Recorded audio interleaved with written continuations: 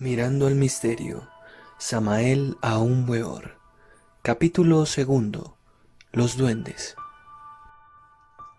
En un lugar de la cordillera central colombiana se encontraba una hacienda de ganado sola, a la que se dirigieron dos trabajadores acompañados de cuatro grandes perros. Al aproximarse las horas de la noche, uno de ellos se dirigió a traer agua, pero al salir de la casa dio algunos gritos. El compañero, al oírlo, le dijo que no lo hiciera porque era peligroso, ya que en esa misma cordillera habitaba Pata Sola y podía responderle y venirse hacia ellos. El hombre no le hizo caso y se dirigió hacia la corriente de agua, siempre gritando. Cuando hubo recogido el agua, ya de regreso a la casa, volvió a detenerse y comenzó a gritar. Entonces le contestaron en las partes altas de las cordilleras. El compañero hubo de decirle nuevamente que no continuara gritando, porque ya había visto el resultado, ya que le habían contestado Pata Sola en las partes altas de la cordillera. El hombre no le hizo caso y continuó gritando, y Pata Sola le siguió contestando, acercándose cada vez más hacia donde ellos se encontraban. Al ver que se acercaba la Pata Sola, los dos hombres tuvieron que refugiarse dentro de la casa y cerrar bien las puertas. Al poco rato la Pata Sola llegó a la casa y entonces los cuatro mastines que les acompañaban se tuvieron que enfrentar en una verdadera batalla con la Pata Sola. Los hombres encerrados lo único que hacían era sufrir, y no hay duda de que su defensa fueron los perros que, después de largas horas de lucha, pusieron en fuga a la Pata Sola, quien al retirarse seguía dando gritos semejantes a un alarido. Los hombres, al comprender que se había retirado, salieron de la casa y se alejaron en forma rápida sin volver por allí. ¿Podría usted darme una explicación sobre este relato, maestro? Las gentes comunes y corrientes viven en este mundo de tres dimensiones, ignorando la existencia de una cuarta coordenada, de una cuarta dimensión. Es necesario saber que más allá de nuestro mundo tridimensional está la dimensión desconocida, la región etérica. Si cuidadosamente observamos el color de las lejanas montañas, podríamos ver un intenso azul bastante hermoso. Es obvio que dicho color es el éter de la cuarta dimensión. Se nos ha dicho que en un futuro remoto todo el éter será visible en forma plena en el mismo aire que respiramos. Los científicos modernos niegan enfáticamente el éter y dicen que solo existe en los campos magnéticos. Las gentes de la Edad Media negaban la redondez de la Tierra, suponiendo que ésta era plana. Cuando Galileo afirmó que la Tierra era redonda y que no estaba quieta, estuvo a punto de ser condenado a muerte. Cuando se le exigió jurar que no era redonda y que no se movía, poniendo las manos sobre la Santa Biblia, dijo: «Lo juro, pero se mueve, se mueve». Así también, aunque neguemos la existencia del éter, aunque juremos que no existe, tendremos que decir, parodiando a Galileo: «Pero existe, existe». En esa región etérica, en esa cuarta dimensión, viven las criaturas elementales de la naturaleza, y esto es algo que debemos comprender profundamente. A tales criaturas se les da el nombre de elementales, precisamente porque viven en los elementos. Sepa usted, querido amigo, que el fuego está poblado de criaturas elementales.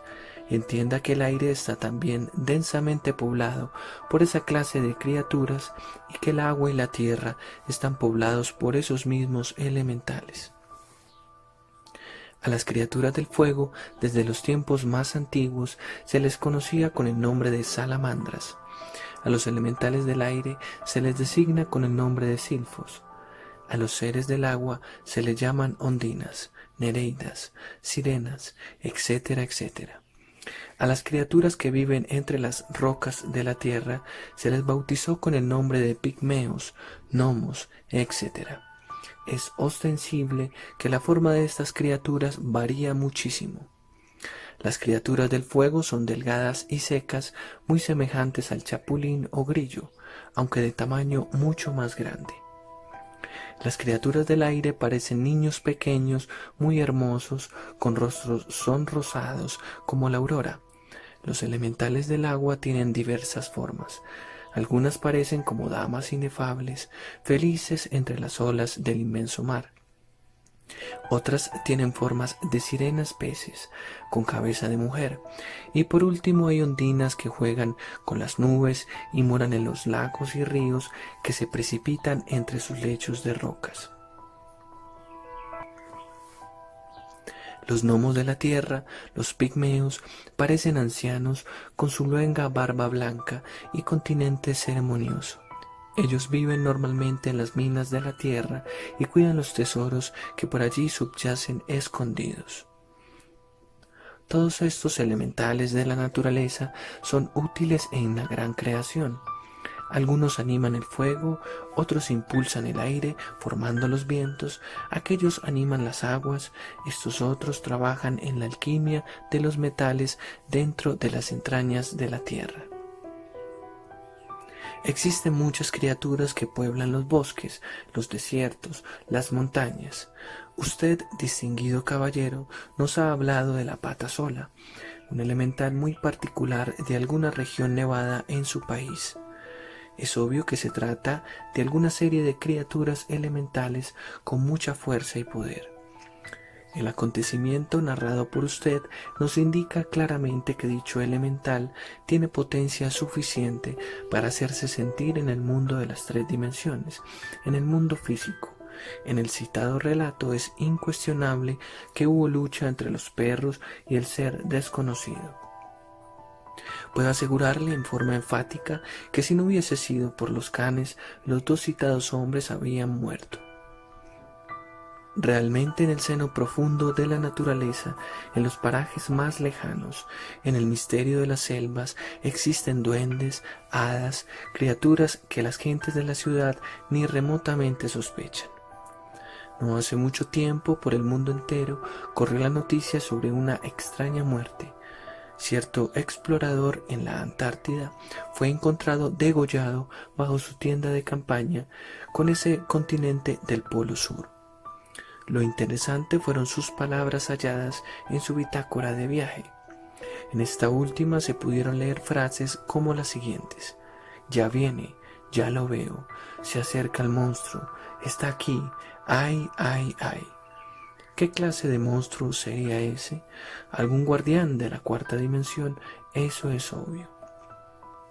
Desarrollando la clarividencia, podemos verificar la realidad de la cuarta dimensión y de las criaturas elementales que en ella viven. A propósito de duendes, maestro, quisiera relatarle un hecho que aconteció hace 20 años en una población llamada Génova, Caldas, en Colombia. Una niña fue enviada por sus padres en la mañana a una tienda. Al regresar a su casa se encontró en el camino a una mujer que tenía cierto parecido con su madre, la cual le convidó a que le siguiera. La niña le siguió saliendo de la población. Al llegar las horas de la noche y al ver sus padres que la citada niña no regresaba, pusieron en conocimiento a las autoridades su desaparición. Horas más tarde se organizó un grupo que fueron en busca de la citada niña. Siguieron por un lugar donde alguien les había informado haberla visto pasar y al acercarse a la cordillera central, una persona les indicó que por ahí había pasado y que ella le había preguntado a dónde iba, contestándole la niña que iba con su mamá. Continuaron la búsqueda a lo largo de la cordillera y después de 3 días encontraron a la niña semidesnuda sentada sobre un viejo tronco de un árbol sin poder hablar. Al traerla al pueblo, después de que recuperó el habla, explicó que la había conducido una persona idéntica a su madre hasta ese lugar y después le había abandonado. Quisiera explicarme a qué se debió esto y si efectivamente fue un duende, como la gente de ese lugar aseguraba. Con el mayor gusto responderé a su pregunta. Obviamente la niña fue raptada por un duende, que tomó la misma forma de su madre. Las gentes escépticas de las ciudades no creen en estas cosas, empero las personas sencillas de los bosques dan testimonio viviente sobre la realidad de los duendes, los cuales en el fondo no son más que simples elementales de la naturaleza, habitantes de la cuarta dimensión, de la cuarta coordenada, de la cuarta vertical. Nosotros los gnósticos tenemos medios y procedimientos científicos para entrar en esa cuarta dimensión a voluntad, conscientemente, positivamente. Así podemos entrevistarnos con tales criaturas de la naturaleza y platicar con ellas. ¿Podría usted explicarme de qué manera es posible penetrar con cuerpo de carne y hueso en la cuarta dimensión? A mí me gustaría ver esos duendes, esos elementales, y si usted tiene el procedimiento, enséñemelo. Pero, amigo mío, usted me está pidiendo algo sensacional. Quiero que sepa que a los gnósticos no nos gusta el egoísmo. Tengo la clave y los procedimientos, y con el mayor placer le voy a enseñar uno. Ante todo conviene que usted sepa que la naturaleza no es algo inconsciente, como muchos suponen. La naturaleza es realmente la madre natura. Dispone de poderes psíquicos formidables, los cuales podemos utilizar para penetrar en la cuarta dimensión voluntariamente, conscientemente, positivamente. Acuéstese usted del lado del corazón con la cabeza puesta sobre la palma de la mano izquierda. Concéntrese intensivamente en la madre naturaleza. Suplíquele, pídale, ruégale, con frases salidas del corazón, con palabras sencillas, que lo transporte, que lo lleve por entre la cuarta dimensión a un bosque cualquiera, a algún paraje cercano. Y cuando usted comience a sentir sus piernas y brazos en estado de lasitud, cuando comience a dormitar, siéntese en estado de somnolencia, lleno de fe intensa, levántese de su cama diciendo: Madre mía, en nombre del Cristo, te pido que me lleves con mi cuerpo a tal lugar. Diga ahora el lugar a donde usted quiera ir.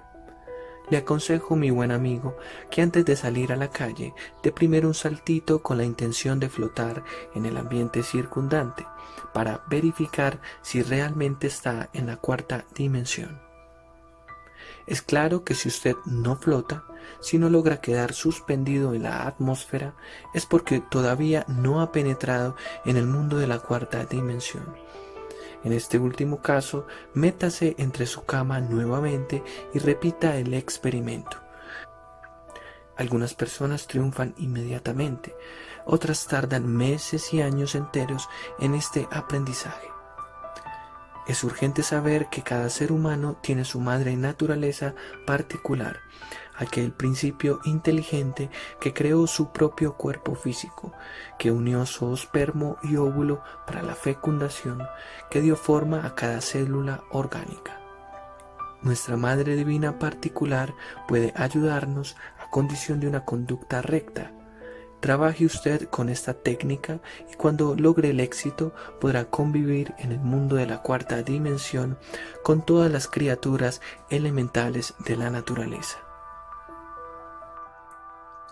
En una selva espesa del departamento del Huila, en la República de Colombia, le sucedió a un campesino que, estando entre vigilia y sueño, sintió ruidos cerca de su casa en las horas de la noche y oyó una voz que le decía: «Prende la candela, prende la candela, prende la candela». El hombre no prestó ninguna atención, pero cuando estaba quedándose dormido, volvió a oír que le repetían las mismas palabras 3 veces. En vista de esto, se levantó y prendió la candela, sentándose al pie de ella. Cuando ya había avanzado la noche, el hombre se volvió a quedar dormido, volviendo a oír otra vez la misma voz que le repetía: «Prende la candela, prende la candela, prende la candela». Despertó y vio que la candela se estaba apagando. Volvió a avivarla con la leña y mientras lo hacía le vino a la memoria en ese momento un sueño que había tenido 7 años atrás, estando en otra región, en donde vio que se encontraba solo en una selva y que una fiera lo atacaba. ¿Podría usted explicarme quién le daba esas órdenes y qué tenía que ver su sueño de 7 años atrás con lo que le estaba sucediendo en esos momentos? Distinguido señor, me es grato responder a su pregunta. Su relato está interesante. El caballero de tal aventura soñó 7 años antes el evento citado y es claro que su sueño se cumplió al pie de la letra. No hay duda de que su sueño fue profético, se convirtió en realidad. Incuestionablemente gentes desencarnadas, mejor dijéramos almas de fallecidos, que en otros tiempos vivían en tales selvas como pastores de animales porcinos, le ayudaron al citado señor. Vieron el peligro que le acechaba. No hay duda de que en tales selvas hay bestias feroces, tigres, panteras, fieras de toda especie, etcétera, etcétera. Los difuntos aquellos le indicaron la necesidad de encender el fuego para conjurar el peligro, para defenderse de sus asaltos nocturnos, posiblemente de tigres, hablando específicamente. ¿Ve usted cómo tenemos amigos invisibles que velan por nosotros y nos ayudan?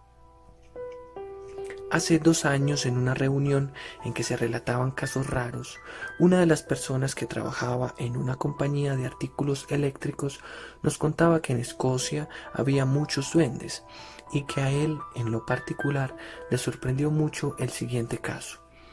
Un amigo íntimo de él les narraba que se había hecho amigo de un duende y que platicaba largas horas con él, relatándole que al duende le gustaba mucho comer ciertas cerezas agridulces que había en muy escasos lugares del bosque. Como no le creían, pensó hacerles una demostración física, para lo cual le propuso al duende llevarlo al lugar a donde se encontraban las cerezas que tanto le gustaban. Pero como no podría caminar al parejo, le indicó que se metiera en una bolsa de manta para poder transportarlo. Una vez que el duende estuvo dentro de la bolsa, el escocés corrió a casa de su amigo dando gritos para demostrarle que era amigo de un duende y que lo llevaba consigo en la bolsa de manta. Pero grande fue su sorpresa al abrirla y al ver que estaba vacía. Salió desconsolado y avergonzado de la casa, caminando rumbo al lugar donde se encontraban las cerezas agridulces que tanto le gustaban al duende. Por el camino se dio cuenta de algo que se movía dentro de la bolsa de manta que todavía traía en la mano. Al llegar al lugar donde se encontraban las cerezas, saltó de la bolsa un conejito blanco que fue a devorarse las cerezas, transformándose después en el duende. Al verlo, el escocés le recriminó diciéndole: «¿Por qué me hiciste esa mala jugada? ¿No ves que quedé por tu culpa en ridículo con mis amigos?». Contestándole el duende que no se prestaba para esa clase de demostraciones y que si quería seguir siendo su buen amigo, le prometiera no volverlo a utilizar para convencer a sus amigos de la amistad que les unía. ¿Es posible que los duendes desaparezcan y aparezcan cambiando de forma? Con el mayor gusto responderé a su pregunta. Se nos ha dicho que tales duendes asumen formas masculinas muy hermosas, con rubios cabellos y sonrosados cutis. Algunos hasta afirman que se enamoran de las mujeres jóvenes en los bosques y que suelen darles deliciosas serenatas. Viejas tradiciones afirman que solo con una competencia de orquestas haciendo resonar deliciosa música pueden ser alejados. Su relato es muy interesante. Ya ve usted cómo alguien puede hacerse amigo de un duende. Desafortunadamente, tal persona cometió el error de querer hacer demostraciones con su amigo invisible. Es obvio que los duendes son enemigos de los exhibicionismos. Cuando ofrecen su amistad, lo hacen sinceramente. Desgraciadamente, las gentes tienen la tendencia exhibicionista, y esto es muy grave. ¿Que hubiera tomado aquella criatura la forma de un conejito? Eso no es nada raro. ¿Que hubiera devorado las cerezas? No se extrañe usted de eso. Ellos comen distintas sustancias, principios y frutos de la naturaleza. Son criaturas que existen, tienen vida, viven normalmente en la 4ª dimensión, pero en algunos parajes solitarios de los bosques pueden hacerse visibles y tangibles para el hombre de carne y hueso, cuando así lo desean. Las gentes vanas del mundo ya no aceptan nada de eso porque están demasiado sumidas en la barbarie. Han degenerado sus sentidos psíquicos y se hallan demasiado materializados. Nosotros los gnósticos pensamos en forma diferente. Tenemos ejercicios y sistemas para desarrollar las facultades psíquicas y mediante ciertos procedimientos hasta nos damos el lujo de ponernos en contacto no solamente con los duendes, sino también con los devas y elementales de esta gran creación.